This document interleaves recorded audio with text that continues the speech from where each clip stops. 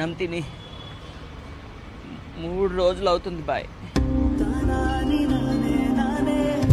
ఆకలేస్తుంది.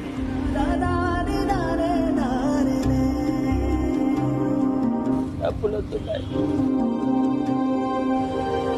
తినడానికి ఏమైనా.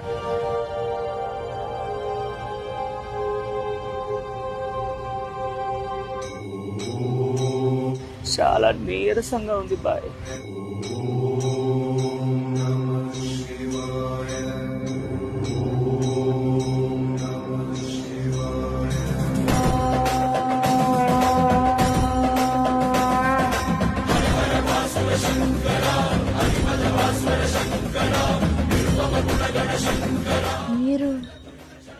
పర్లేదు, పెట్టాం.